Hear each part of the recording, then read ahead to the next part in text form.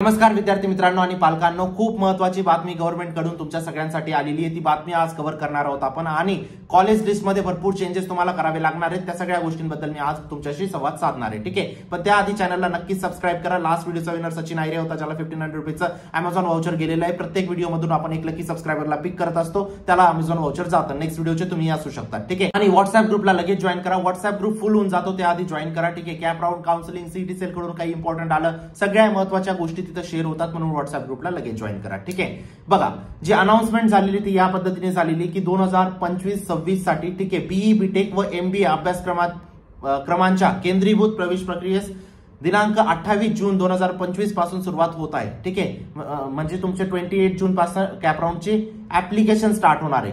Application म्हणजे काय, तुमचं कॅप राऊंड 1 स्टार्ट होऊन जाणार का बाळांनो? नाही, फक्त तुमचं अप्लाय करायचंय कॅप राऊंड साठी, त्यानंतर तुमचं व्हेरिफिकेशन वगैरे होणार, ठीक आहे।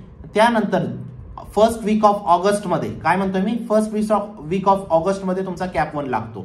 दरवर्षाचं तुम्ही बघू शकता, ऑगस्ट मध्येच तुमचा पहिला कॅप राऊंड लागतो, ठीक आहे। म्हणजे यावेळेस पण तुमचा जून मॅक्स टू मॅक्स जुलै एंडिंग किंवा कॅप राऊंड 1 तुमचा ऑगस्ट मध्ये लागेल।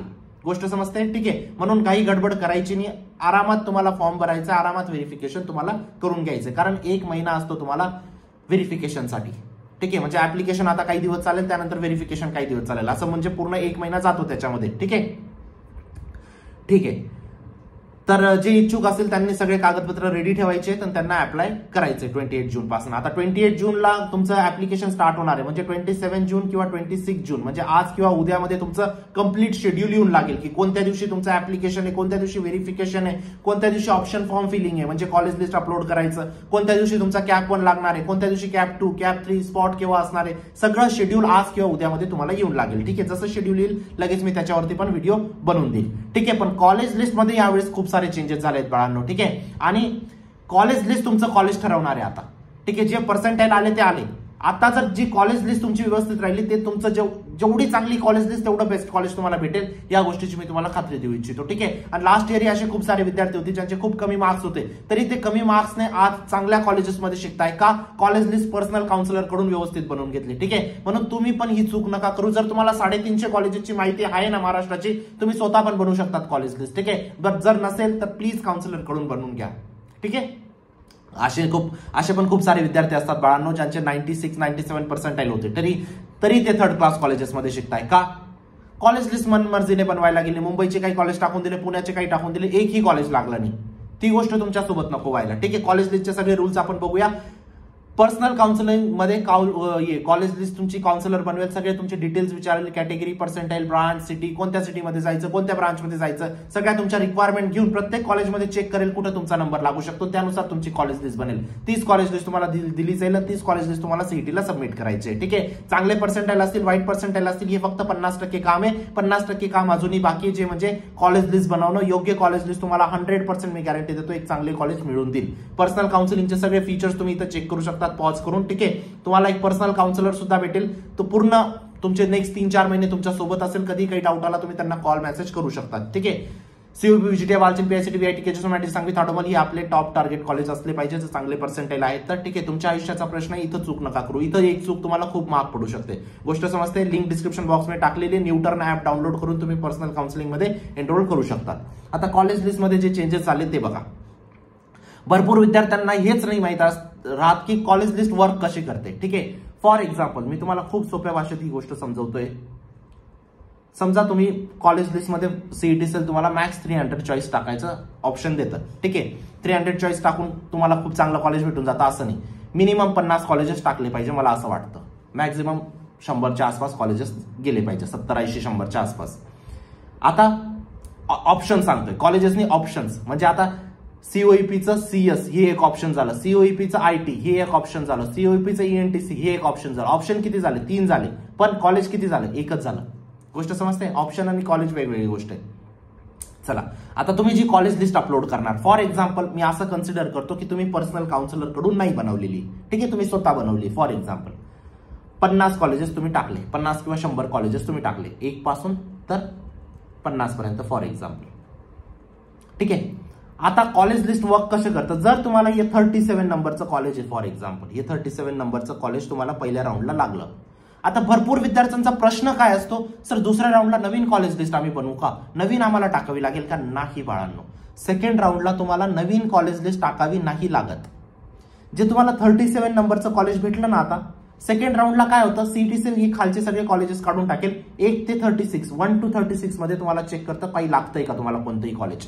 का असं सीईटी सेल का करतंय? कारण तुम्ही जी कॉलेज लिस्ट दिलेली ती प्रिफरन्स वाईज दिलेली आहे. म्हणजेच बाळांनो, पहिल्या नंबरचं कॉलेज खूप चांगलं, त्यानंतर थोडं कमी, त्यानंतर अजून थोडं कमी, त्यानंतर अजून थोडं कमी, अशी प्रिफरन्स लावून तुम्ही कॉलेज लिस्ट दिलेली.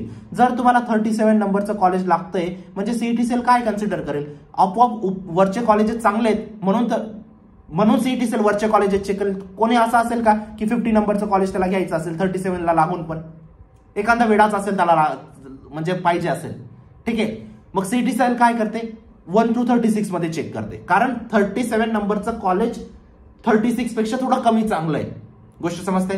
36 नंबरचं कॉलेज थोडं चांगलं, 37 पेक्षा थोडं चांगलं आहे. 35चं 36 पेक्षा थोडं अजून चांगलं आहे. 34चं 35 पेक्षा अजून चांगलं आहे. आणि 1 नंबरचं कॉलेज सगळ्यात बेस्ट आहे. म्हणजे अशा पद्धतीने प्रिफरन्स सीईटी सेल चेक करते. म्हणून ही प्रिफरन्स किती इम्पॉर्टंट असते तुम्हाला समजली? प्रिफरन्स किती इम्पॉर्टंट असते समजली गोष्ट? कारण एक प्रिफरन्स खाली वरती झालं तुमचे चॉईसेस खूप चुकू शकतात, है ना. म्हणून व्यवस्थित बनवा. जर स्वतः पण बनवताय ना कॉलेज लिस्ट, खूप व्यवस्थित बनवायची बाळांनो तुम्हाला, ठीक आहे. आता चेंजेस काय झाले ते बघा बाळांनो. कॉलेज लिस्ट काम कसं करते समजलं तुम्हाला? आता चेंजेस बघा. जर तुमचे 50 कॉलेजेस तुम्ही टाकले, ठीक आहे, 1 ते 50. आता पहिल्या राऊंडमध्ये कॅप 1 मध्ये जर तुम्हाला पहिल्याच राऊंडचं कॉलेज लागून गेलं ना, पहिल्याच नंबरचं कॉलेज लागून गेलं तर ते ऑटो फ्रीज होऊन जातं. म्हणजे तुम्हाला पुढे जाता येत नाही. पुढे जाणार पण कसं काय? कारण याच्यावरती कोणतेही कॉलेज नाहीये बाळांनो. सीईटी सेल काय म्हणेल, आता 1 नंबरचं लागलं याला, आता याच्यावरती याने काही कॉलेजेस नाही टाकलं तर याला राऊंड 2ला का जाऊ द्यायचं? म्हणून तुमचं पहिल्या नंबरचं जर कॉलेज लागून गेलं तर ते ऑटो फ्रीज होऊन जातं. चांगलं पण आहे ना बाळांनो तुम्हाला, कारण तुमच्या लिस्टमध्ये तुम्हाला जे सगळ्यात चांगलं पाहिजे होतं कॉलेज ते तुम्ही पहिल्या नंबरला टाकलंय. जर तुम्ही व्यवस्थित कॉलेज लिस्ट बनवली तर गोष्ट समजते. चला, कॅप 1 मध्ये जर पहिल्या नंबरचं कॉलेज लागलं तर ते ऑटो फ्रीज होऊन जातं, ठीक आहे. कॅप 2 मध्ये यावेळीचा नवीन नियम, कॅप 2 मध्ये पहिल्या 3 मधलं कोणतं बी कॉलेज लागलं, 1 2 3 1 2 1 2 3 पहिल्या 3 मधलं कोणतं पण कॉलेज लागलं ते ऑटो फ्रीज होऊन जाईल की याला बुक करा, आता तुम्हाला पुढच्या राऊंड मध्ये जाता येणार नाही. कॅप 3 मध्ये काय झालं बाळांनो, पहिल्या 6 मध्ये कोणतंही कॉलेज लागलं तर तुम्हाला ते ऑटो फ्रीज होऊन जाईल. आणि कॅप 4 मध्ये पूर्ण लिस्ट मध्ये कोणतं पण कॉलेज लागलं ते ऑटो फ्रीज होऊन जाईल, म्हणजे ऑटोमॅटिक बुक होऊन जाईल. त्याच्यामध्ये तुम्हाला काही करता येणार नाही, नंतर नेक्स्ट राऊंडला जाता येणार नाही. आता म्हणून आम्ही कॉलेज लिस्ट बनवताना काय करतोय माहितीये, पहिले 6 कॉलेजेस आहेत ना, 1 2 3 4 5 आणि 6, ही 6 कॉलेजेस टॉपचे कॉलेज टाकतोय आम्ही प्रत्येक विद्यार्थ्याला. ज्याचे 20% पण असतील ना तरी त्याला टॉपचं कॉलेज टाकून देतोय. का? 6 नंतरचे जे 50-60 कॉलेजेस आहेत ते व्यवस्थित तुमची कॅटेगरी वगैरे सगळ्या गोष्टी बघून असतात, पण जे पहिले 6 असतात ना ते कॉमन आम्ही सगळ्यांना टाकून देतोय. का? याचं रिझन समजलं तुम्हाला? कारण तुम्हाला शेवटच्या राऊंड पर्यंत आम्हाला असं वाटतं की तुम्ही शेवटच्या राऊंड पर्यंत गेले पाहिजे, है ना. पहिल्या राऊंडला जे भेटलं ठीक आहे ते आपण खिशात ठेवू, दुसऱ्या राऊंडला जाऊ, दुसऱ्या राऊंडला जे भेटलं ते खिशात ठेवू, तिसऱ्या राऊंडला जाऊ.